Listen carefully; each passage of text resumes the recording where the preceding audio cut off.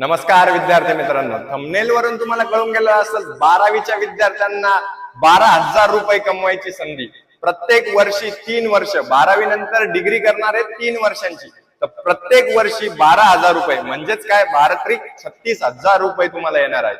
तर तुम्हाला याच्यासाठी काय करावं लागेल, कोणता फॉर्म भरावा लागेल, तुम्हाला कोणती परीक्षा द्यावं लागणार आहे की नाही द्यावं लागणार आहे, याची सगळी माहिती मी तुम्हाला या व्हिडिओमध्ये देणार आहे. व्हिडिओ शेवटपर्यंत नक्की बघायचा आहे आणि व्हिडिओ आवडल्यास चॅनलला लाईक करायचं आहे, चॅनलला सबस्क्राईब करायचं आहे आणि बेल आयकॉनला प्रेस करायचं आहे.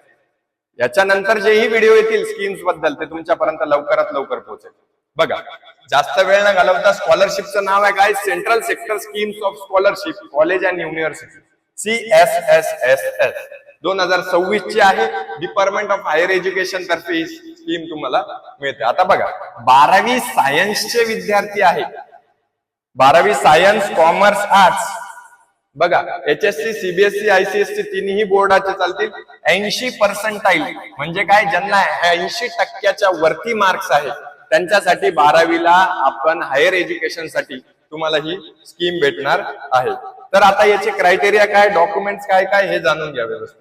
आता बघा, सायन्स बरोबर, मान्यता प्राप्त विद्यालय विद्यापीठामध्ये रेग्युलर पदवी जे आपण डिग्री घेतोय म्हणजे 12वी नंतर 3 वर्ष किंवा ग्रॅज्युएशन करतोय किंवा पोस्ट ग्रॅज्युएशन करतोय, त्याच्यासाठी आपल्याला व्यवस्थितरित्या इथून आपल्याला काय भेटणार आहेत, शिष्यवृत्ती भेटणार आहेत. आता बघा, त्याच्यासाठी निकष काय काय लागतात. 4.5 लाख किंवा त्यापेक्षा कमी वार्षिक उत्पन्न आहे. 4.5 लाखापेक्षा काय पाहिजे, आपल्याला कमी असायला पाहिजे. वार्षिक उत्पन्न आपलं 4.5 लाखापेक्षा कमी असलं पाहिजे. आता तुम्हाला रक्कम किती किती भेटणार आहेत बघा. जे तुमचे पदवीधारक आहेत म्हणजेच काय, जर तुम्ही ग्रॅज्युएशनला ऍडमिशन घेतलंय तर तुम्हाला 3 वर्षासाठी, ग्रॅज्युएशन 3 वर्षाचं असतं, 3 वर्षासाठी तुम्हाला 12,000 रुपये प्रति वर्ष भेटणार आहे. त्याच्यानंतर PG जर करताय तुम्ही पोस्ट ग्रॅज्युएशन, पुढचे 2 वर्ष तुम्हाला 20,000 रुपये प्रति वर्ष भेटणार. बरोबर. आता मेन मुद्दा येतो, याचा फॉर्म कुठे भरायचा, अर्ज कसा करावा. NSP राष्ट्रीय शिष्यवृत्ती पोर्टल, नॅशनल स्कॉलरशिप पोर्टल, याच्यावर तुम्ही 1 टाइम रजिस्टर म्हणजे OTR याच्यावर जर गेलं, एकाच वेळी तुम्हाला रजिस्ट्रेशन करता येतं, वारंवार चेंज करता येत नाही. याच्यावर जाऊन करायचंय OTR ID वापरून. तुम्हाला काय, 1 टाइम रजिस्टर ID वापरून तुम्ही जेव्हा फॉर्म भरशाल, रजिस्ट्रेशन करशाल, तुमची ID व पासवर्ड तुम्हाला मिळणार. त्याच्यानंतर तुम्ही ID पासवर्ड टाकून लॉग इन केलं तर सेंट्रल गव्हर्नमेंटची ही स्कीम आहे.